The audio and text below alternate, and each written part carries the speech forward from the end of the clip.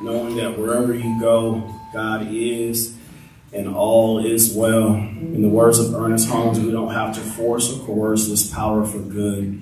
It simply is. And so we rest in the awareness that all is well. We allow our minds to make that powerful journey into the space of our hearts. We allow our bodies to rest comfortably in our seats. And we simply give thanks for all that there is. We know before we could ask or think, it is already done. And so we allow ourselves to rest in the awareness that we are okay, that we are enough. We say yes to the flow of divinity and the flow of spirit in this place. We give thanks to be able to come together as a community to do this powerful healing work, both individually and collectively. We now speak blessings on those that are on the way here and for those that are tuning in online. And we allow God within to do what it does: bless, heal, guide, and deliver. We allow the personality to decrease and the presence of God to heal and increase within us, as us and with us. And it's in the name and the nature of the living, loving presence. We say, and so it is. In the same spirit, let's move into our meditative time together. Take a deep breath. Allow yourself to relax. Listen to the calm music that's being provided by our dear LaDonna. Allow yourself to simply rest in the silence. In the words of Charles Fillmore, true power is found in the silence. All else that shows in the external world is the spent force of a dying vibration. It's on its way out. In the silence is peace, and joy, and contentment. And in that empty space, when we let go and relax and release, the realization is there that God is all there is. That behind every thought is the awareness of God. Behind every feeling is the presence of God. Behind every conversation is the voice of God. So we rest in the awareness that God is all there is, that we are being infinitely held, that we are more than we think we are, and we are even greater than we think that we can become. We allow the presence of God to saturate us. We don't force it, we don't push it, but in this meditative healing space, we simply allow. We say yes to the will and the nature of God and of spirit. We say yes to the plans and the designs of God as the presence of God shows up in each of us uniquely. And so we rest. We allow our minds to rest, our hearts to rest, and our nervous system to rest. We allow the sons of thunder, James and John, the heart and the will to rest. Collectively, let's enter the silence.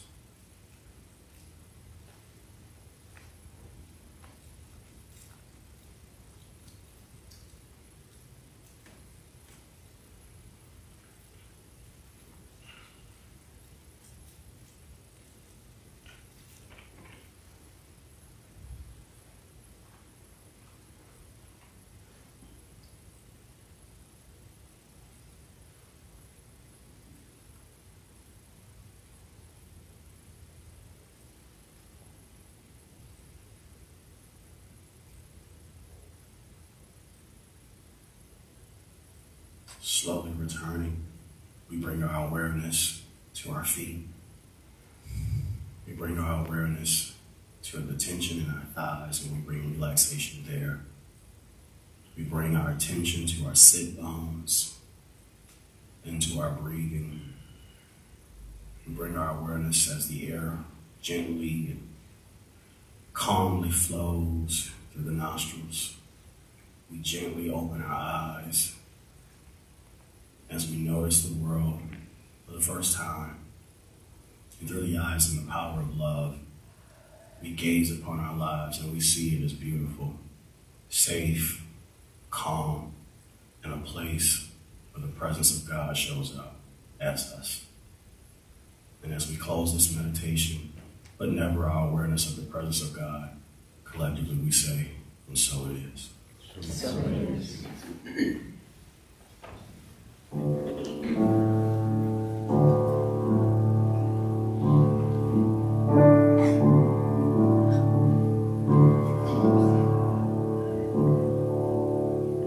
Speak not lightly, speak not carelessly. Your words make impressions beyond your wildest dreams. They carry the code of truth that you may not indeed intend. Be open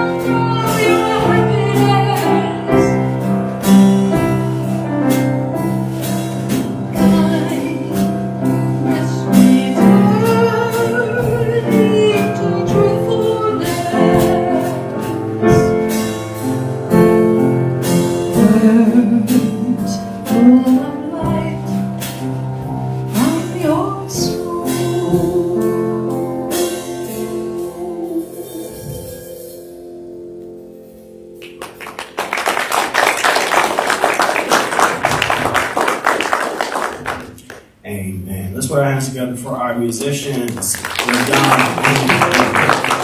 And Mr. Jacob, let's put our hands together for Mr. Jacob as well.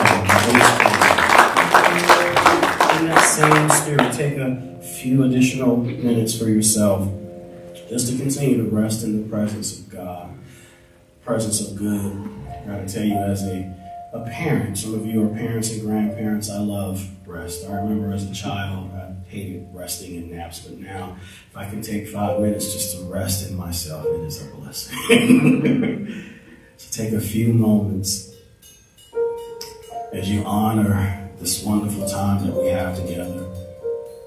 Oh, how good and pleasant it is for people to dwell together in unity. Out of all the places in the world, you decided to tune in this morning to something spiritual. Out of all the places you could be this morning, you decided to assemble yourselves together with like-minded folks.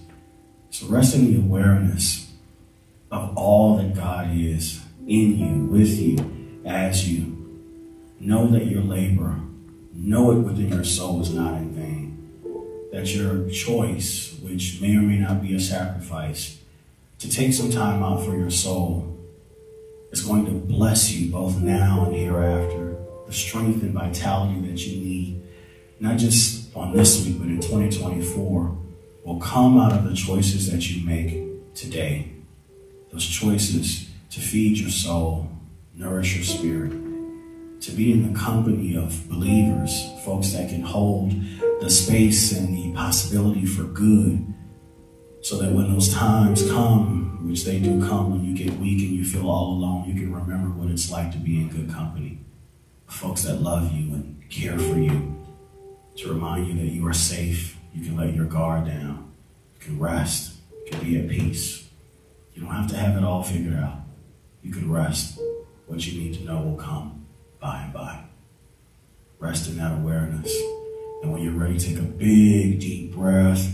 Release a divine sound of stretching, coming back, feeling into your body the fullness of life. As we open our eyes again in a symbol of rebirth, and we look at our lives through the eyes of love, knowing that everything is okay, everything is beautiful, everything is right, just as it is. And what is not or does not appear to be so is coming into being. Let's send this energy to those that are watching online. If you will, point your hands at the camera. Say this with me. We love you. We love you. We bless you. We bless you. We truly appreciate you. We truly appreciate you. And we behold the Christ in you. We behold the Christ. And so it is. Our ministry is supported by partners like you. To make your contribution, remember to log on to unitybham.org and click on Giving. Moderators are standing by, so if you do have a prayer request, wherever you see this message, whether on our website or on Facebook or on YouTube, place your comment in that comment section below and we will pray for you. Amen? Amen. And those that are in the house, we do have our prayer chaplains here in the house. Put your hands together for Mother Evelyn. Sharon is virtual today. So put your hands together for Mother Sharon. Yeah. And Karima, our newest prayer chaplain. Let's clap for her. Yes. And all of the prayer chaplains that are assembled here and assembled virtually, we do see you and we love you. And if we forget to call your name, we acknowledge your contribution to this ministry and to the world. And so it is. And so it is. God knows, where would we be without each other. Before I even get into the message, I want to acknowledge all of you that made the choice to come to service today, coming out of COVID, and we're all still transitioning. Not so much out of the sickness aspect of COVID, but out of the comfort of laying in our beds and watching TV. My mother called me the other day. She said, I saw you on TV. I was like, when are you coming to Alabama, though? When are you coming to Alabama? But to choose to come together, I found is powerful because during those times in which you are alone, and not to preach two sermons, but I do want to say this. My wife calls it my rant. The times in your life where you are alone and when times get tough or when they get rough or you feel like you're all by yourself, you can think back to these times when you were sitting next to someone just like you, cries like you, bleeds like you, loves like you, makes mistakes just like you. And they looked at you not knowing your story and said, how you doing? I'm holding the light for you. Hope you're doing okay.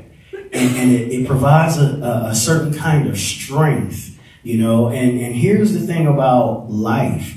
You can feel so deeply connected to the people you know, and you get strength from them, and that is a good thing. But life is so mysterious that you oftentimes get hidden strength and hidden nuggets of joy and hope and peace from folks you don't know. And it shows you how connected you are to everyone. Say this with me, one human family. And it is a beautiful thing. As we navigated COVID collectively, we saw people we know and people we didn't know, and what we call those neutral people, like the folks at the gas station attendant, or the mail carrier, the checkout lane person, and all of these individual people that make our lives convenient, but we don't necessarily have a personal relationship with them. They provided so much comfort to us during COVID that there were special laws and legislation passed to protect them. And these neutral folks are a reminder of how much we need not just the people we know, but we need everybody.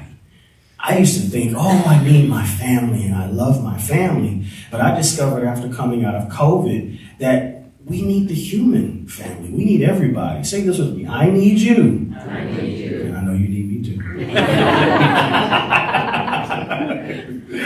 And it is a beautiful, beautiful awareness. It sounds hippie, it sounds airy-fairy, but I'm going to tell you, like old folks say, keep living. Because as times get tough, and the times getting tough is not a signal that you have lost your power.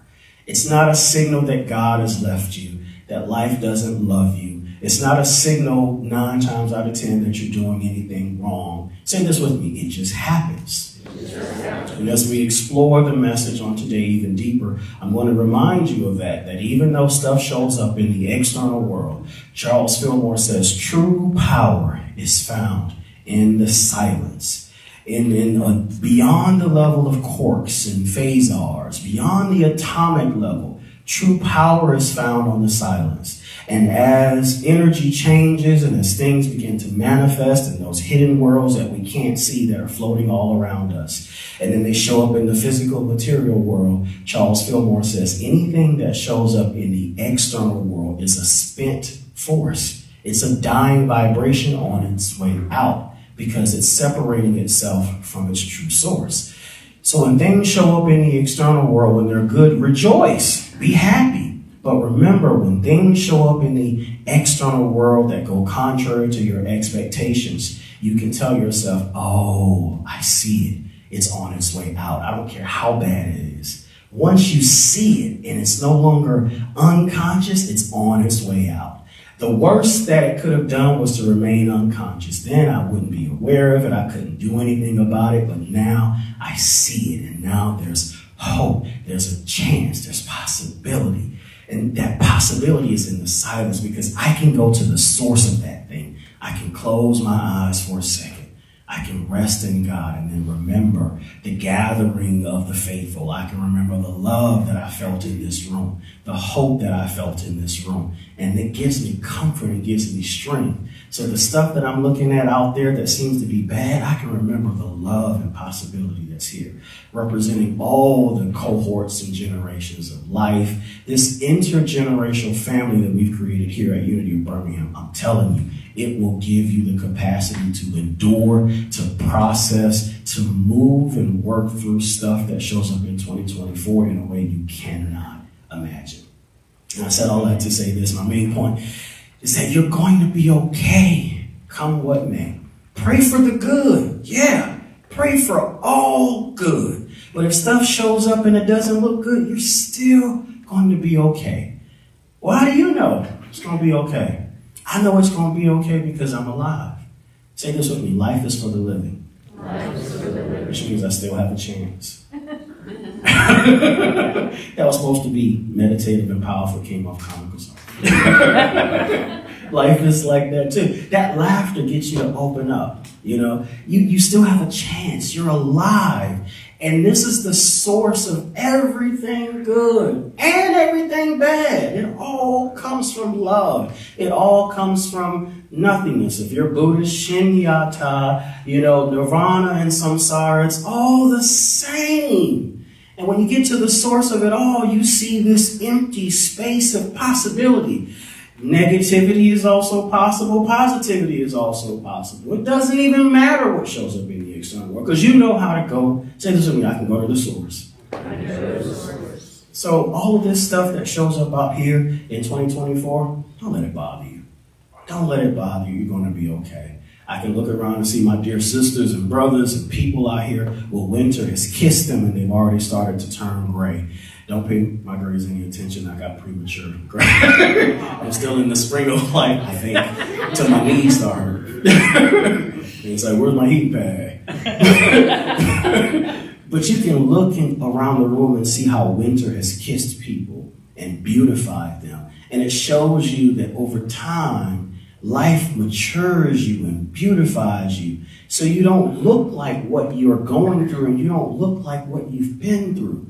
And it's a testament to those that are going through stuff to show you that you're going to be okay. Well, how do you know? Because I'm sitting next to a wisdom keeper. I'm sitting next to an elder who's lived life and they're here. They're okay. They're not complaining so that you can hear. Right? And because they made it, I can make it too. And that's why the human family is so important. Sometimes I just need to look at you just on a personal level. I just need to see you. And that is enough for me. Or hear your voice. You ever been like that where it's like, I just need to see you. I just need to see you. Got 5 minutes. I just need to hear your voice. And it gives you this inner strength. And that's really what I want to talk to you guys about today. Today's theme, you do my rambling, is manifesting. Say this with me, manifesting. And we're going to be exploring manifesting all month long. Last week we talked about this or something better, which was a takeaway from Catherine Ponder's teaching, who's influenced not just this house, but my own personal work as well. But I wanted you all to take away something very important from last week's message of This Is Something Better. That with all the praying and the manifesting that we do, don't forget the most important gift is the stuff you learn along the way. Because at a certain point, you have to ask yourself, what is it all about? The spiritual power, the heightened sense of realization that you feel in yourself, the astral projection, leaving your body, all of those experiences. What is it about? It's the stuff that you learn along the way to get to those experiences. It's the you that you become as you move from unanswered prayer to answered prayer. So This Is Something Better was a wake-up call to all of us to let go of the outcome. Don't be so caught in the future and don't be so caught in the answered prayer that we forget to live the space between the unanswered prayer and the answered prayer. Or in the words of a scientist in a wonderful conversation this morning, come on to the present. Live in the now. Don't be so futuristic mindset that you miss out on the now. So you become a different person on the other side of the prayer. And that person is wise and powerful. That person didn't just blink, which sometimes it happens. Before they call, say this affirmation with me. Before they call, I will answer. And sometimes we do know that, but other times we forget that it's already been answered. So we change and we cry. We go up and down. Oh, we feel good. Oh, we feel bad. And you don't have to hide that stuff when you get the answered prayer. That stuff is a part of your character and it makes you who you are. It gives you strength and it gives you resilience. It gives you certainty. So when times get tough, which they do, the tough get tougher. You're able to look death in the face and say, no, I'm going to live. You're able to look at the doctor after receiving a diagnosis, and the doctor comes with gloom and doom, and you say, okay. And the doctor's like, well, why are you so upbeat? And you're like, I still got time. You're able to see the good even when all the world is going to HE double hockey sticks. Well, how are you able to do that? Because I know there's someone somewhere holding space for good. And people are alive on the planet, so there is a chance. And if there isn't a chance, I will allow myself to become a vehicle of the good. This is what this kind of realization does to you. So you're not so caught up in the materialistic aspect of spirituality. You know, the acquiring of things. So on this morning, say this topic with me.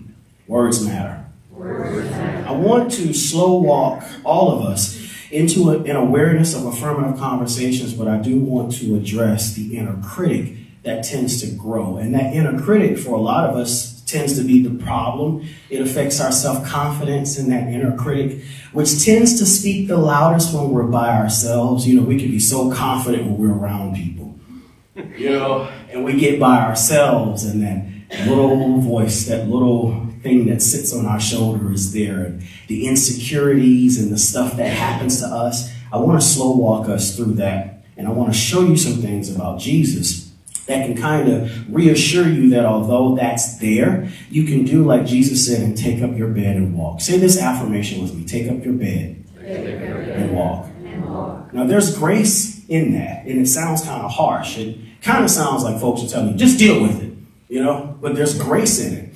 And the grace is learning to develop a capacity to be with myself, to learn how to bear myself. In fact, right now, do this experiment with me. Wrap your arms around yourself. Some of us wrap gently, some of us wrap tightly. Loosen your grip a bit. Just a gentle wrap around yourself. And it's a Buddhist understanding. You're not clinging, you're not avoiding, you're comfortable with the looseness of it. And that's really what it is. When you develop, you can put your hands down, when you develop this capacity to bear yourself and hold yourself and lift yourself up, you don't have to worry about fixing yourself all the time so you can be ready for something. So on the road to manifestation, you don't have to be a certain kind of person to manifest a certain kind of good, is what I'm getting at. Oh, well, she looks like, you know, she's eligible for good, you know, because she looks the part. Can I talk to some people who don't look like the part? Can I talk to some people who are weird? Can I talk to some people who feel inwardly that sometimes I really don't deserve it because I don't know the right things to say, but yet people put a microphone in your hand and ask your opinion? Those are the ones that God wants. We need all the perfect people. But there is a famous saying, and it's from the New Testament, they that are whole need not a physician. So we all are not just gathered here on Sunday mornings and those that are tuning in online, but we're all here on this planet because there's something for us to do. We're all back in school, even though some of us walk around on the planet and act like we've graduated. So it's humbling ourselves and allowing ourselves the capacity to be with ourselves. It's what my mentor, Michael Eugene, says. We partner with our own hidden capacities and potentials. And what it means is to partner with my anxious self, to partner with the parts of me that doesn't often say the right things, to partner with the people in my life who I say are just too much. You ever been just too much for other people? Or they just can't handle all of this. That's really what it is.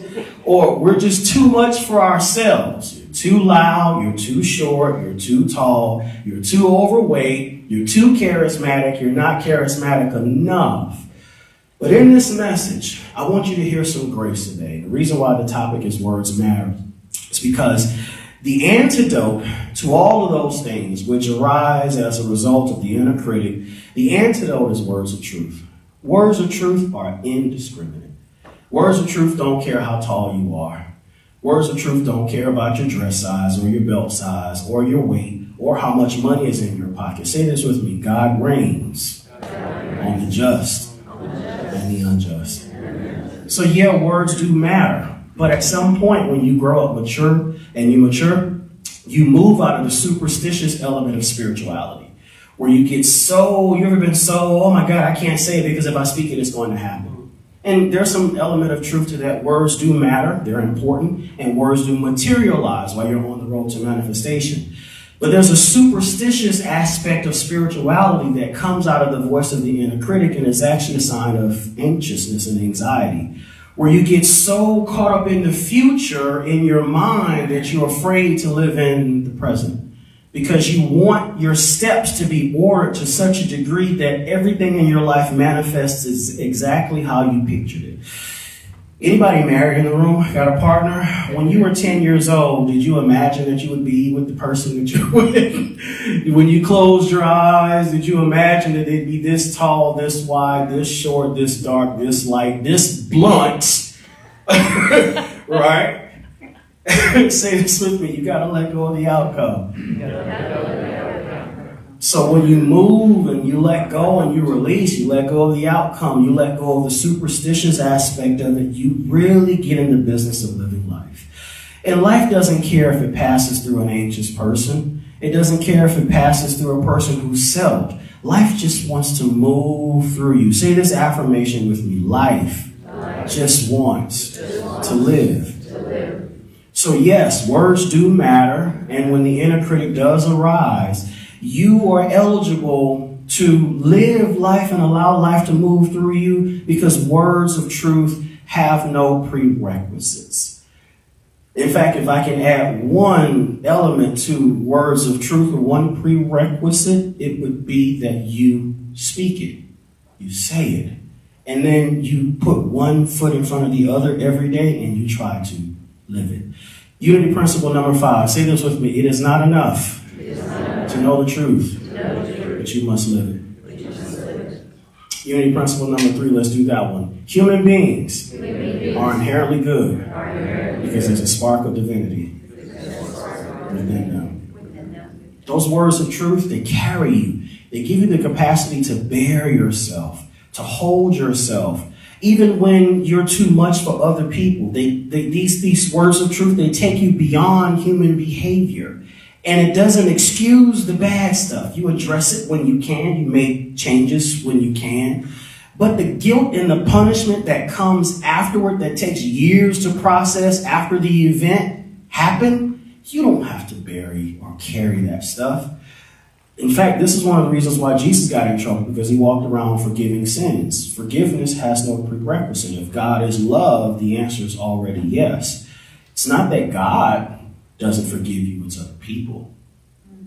And so our call is to come up to that agape love, do the best we can. And yes, there are stages, and some of us can't forgive because the unforgivable happened. And if we're having a God and a theological conversation, it's going to sound one way. And if we're having a human peer-to-peer conversation, it's going to have another type of flow. But what I'm asking you to do today is to at least open, to give yourself the chance, the opportunity.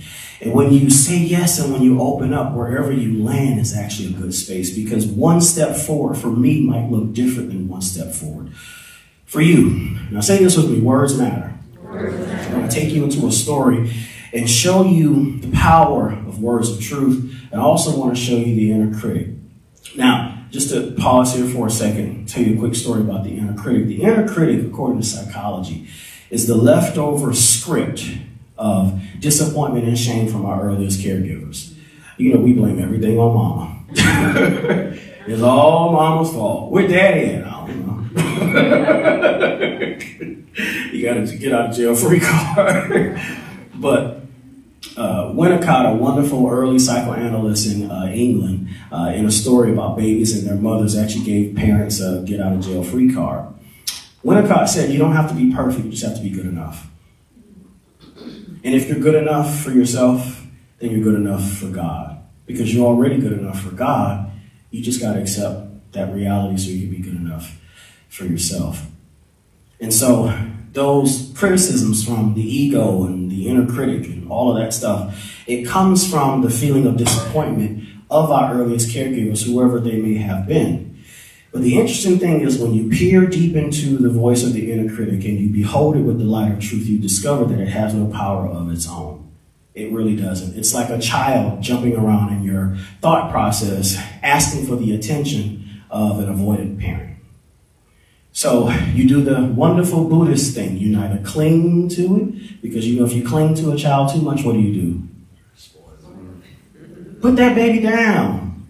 Put that baby down. You hold that baby all the time. Now you can't go nowhere. Now nobody else can pick the baby up. Nobody else can watch the child. Nobody else can watch the baby because mama can. But this is my baby. And by the time baby number 4 hits, here you go.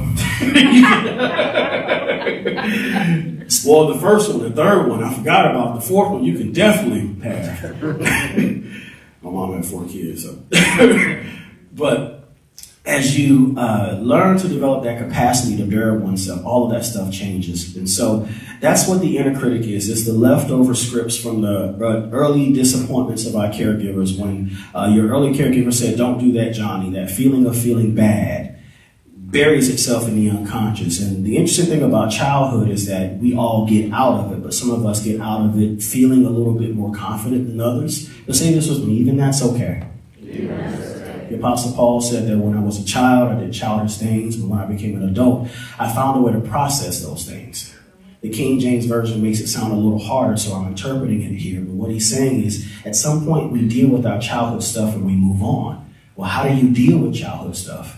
My original invitation to you, speak life to yourself.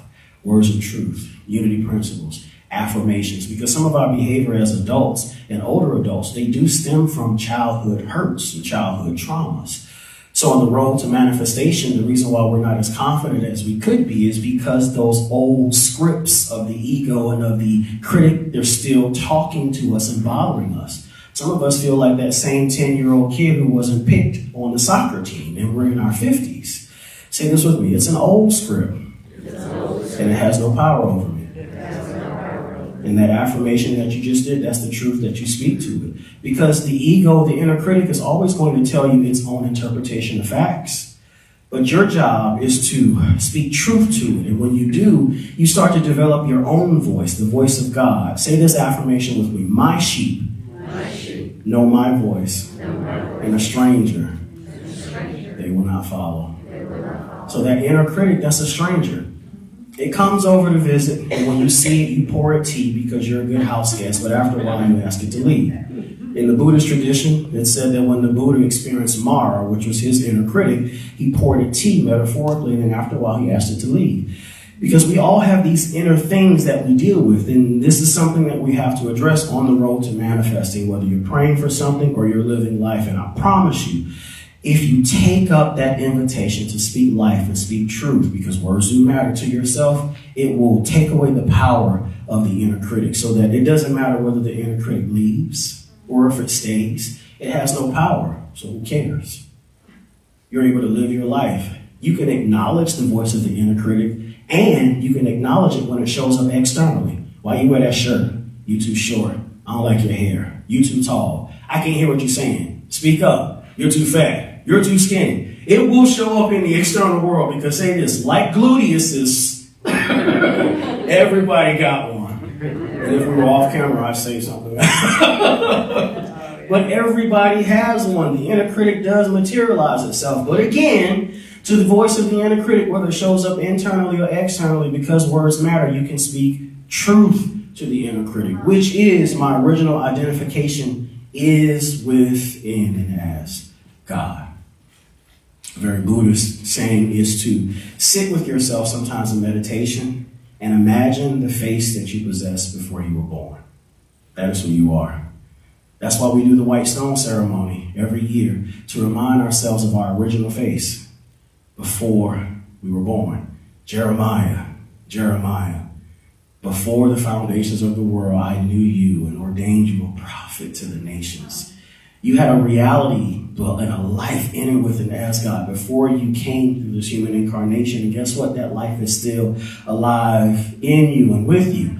It comes when the feeling of courage comes upon you in spite of the voice of the inner critic. It comes and it gives you the words of truth to say, even when the external reality doesn't match your conversation. And then you do see it when what you said before the thing happened actually happens.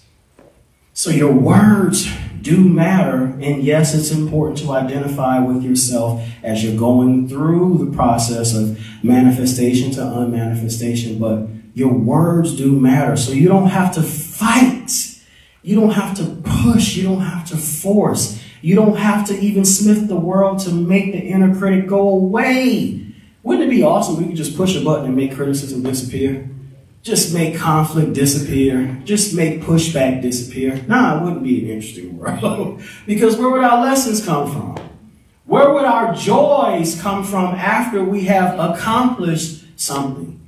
So we need the criticism. It's like the castor oil, you know, it brings everything up. And a wonderful unity saying is everything comes up in order to be healed. So when you hear the inner critic in 2024, don't let it take you out or take you down. It really is necessary because there's parts of you that's still needing to be healed. And we all have those parts. So you give it the attention that it needs, like you give a newborn child. You speak truth to it, and then you let it go and go on about your business. Real quick, I want to tell you the story of Jesus, and then we can wrap up. So in the New Testament, Jesus experiences what we call 3 temptations or 3 trials, quote unquote. But I want to show you grace. Grace is unmerited favor. You don't have to work for it. It's just the presence of life, the presence of God that kisses all of us. Right before Jesus drives himself into the wilderness, he experiences this wonderful triumphant acknowledgement of who he is by John the Baptist, and then a dove comes and sits on his shoulder.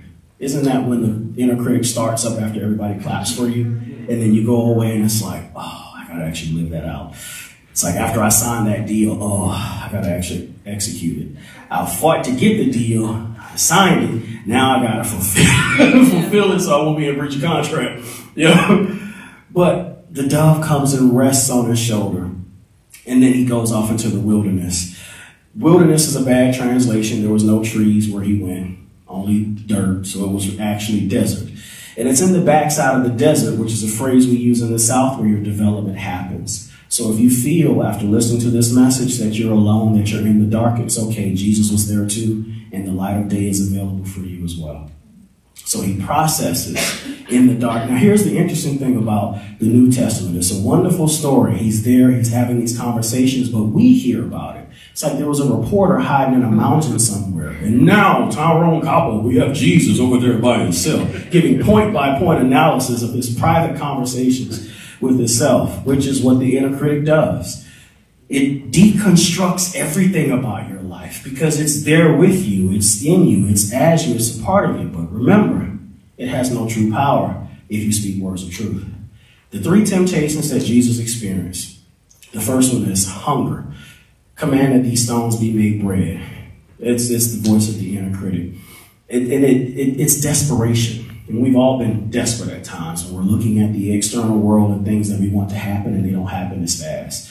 But then Jesus speaks words of truth and says, you shouldn't tempt God like that. Like, don't play with me, is basically what he's saying, because I know I'm better than this. So this feeling can come, this feeling of lack, it can come and it can go, but it's not my truest nature. And then the second conversation that sort of comes to him is ambition. You know, worship me and I'll give you all of these things. So chase after money, go and get your bag. That's the answer to everything. And then Jesus looks deep within that conversation within himself and speaks words of truth because he sees that money isn't the answer to everything.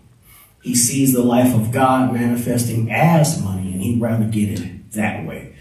And then the third temptation is the one that's the most difficult, and it's the one of self-harm. Cast yourself off this mountain. Watch the spiritualization of the ego and of the inner critic, though. For it is written that he will give his angels charge concerning you, lest you dash your foot against the stone. Because sometimes the inner critic gets spiritual, and it will throw scripture and sacred text back on you. All right? Because it's right there with you. Again, I say it's not a third party. It's a part of who we are. It's a thought process, but it has no life in and of itself. But then Jesus looks even deeply at that and speaks life.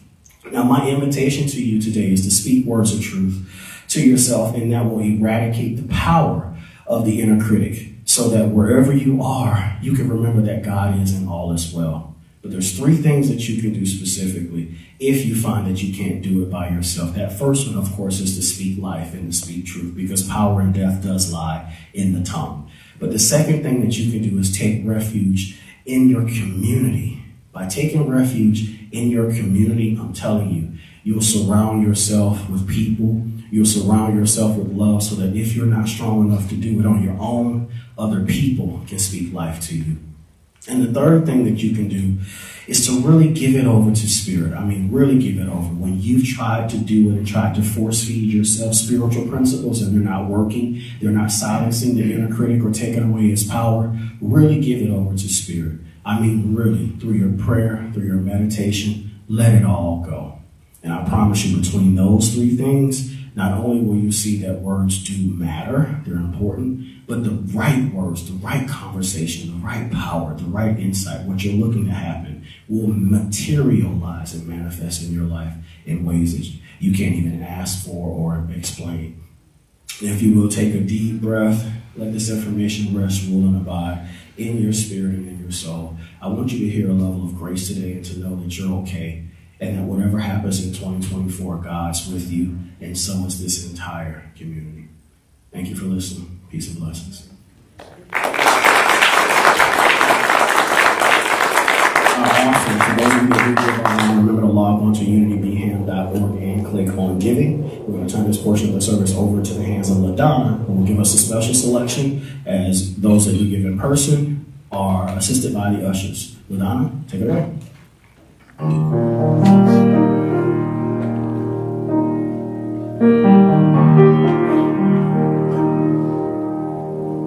Look to the light, hold up the lamp, sending your love, residing within the lamp of the heart, the lamp of your soul, is the light of the universe calling you to connect and be whole.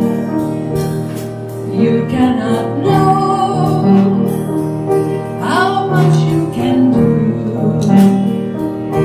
by letting your light resonate through and through. Your higher mind knows just what it can do. Let your thoughts of true goodness call to you and behold.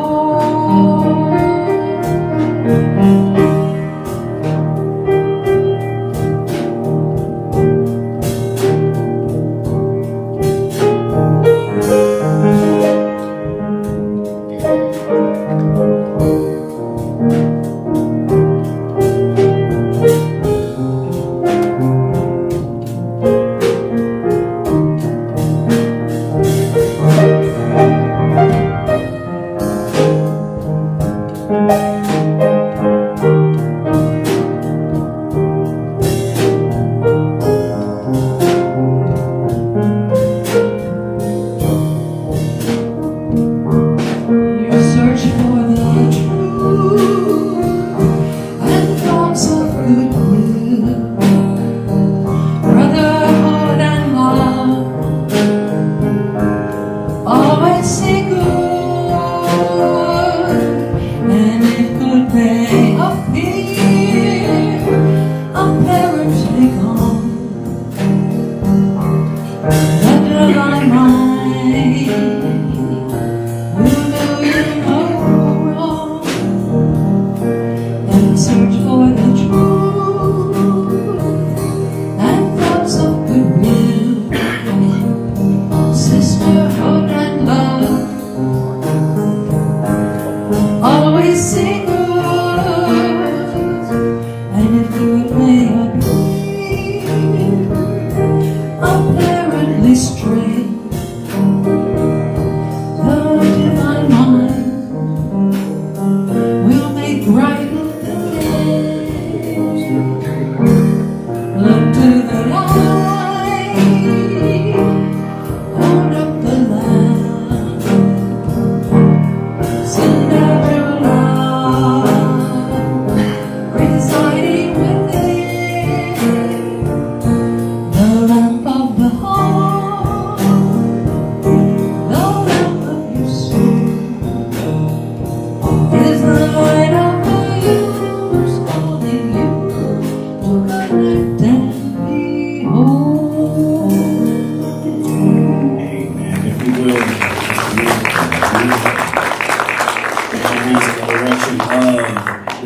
carrying the offering. Say this with me. We bless this offering. We affirm it will be used for the building of this ministry. We bless the givers. We declare it will return back to us. Good measure, pressed down, shaken together, and running over. And so it is. Put your hands together for yourself.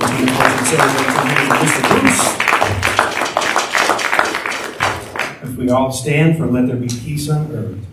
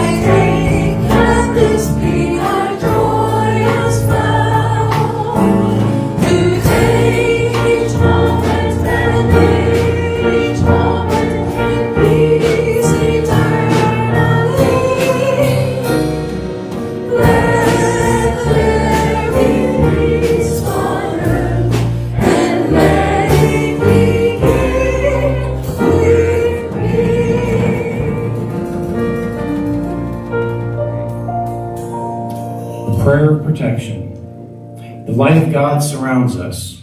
I am the light of God. The love of God enfolds us. I am the love of God. The power of God protects us. I am the power of God. The presence of God watches over us. I am the presence of God. Wherever we are, God is. Wherever I am, God is, and all is well. Thank you much. Have a good day.